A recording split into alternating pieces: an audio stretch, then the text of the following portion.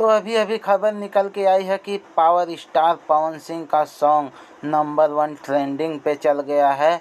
और जैसे एक महीने में 81 मिलियन क्रॉस कर गया था लाल घाघरा, ऐसे ही अनुमान लगाया जा रहा है कि ये भी गाना एक महीने में 81 मिलियन पार कर जाएगा। और पावर स्टार का ट्रेंडिंग पे नंबर 1 पे गाना चला गया है। खेसारी लाल का गाना अब पीछे हो गया है। जी हाँ दोस्तों, पटना के घाट का सॉन्ग बहुत ही ट्रेंडिंग पे चल गया है और धमाल मचा रहा है इस समय।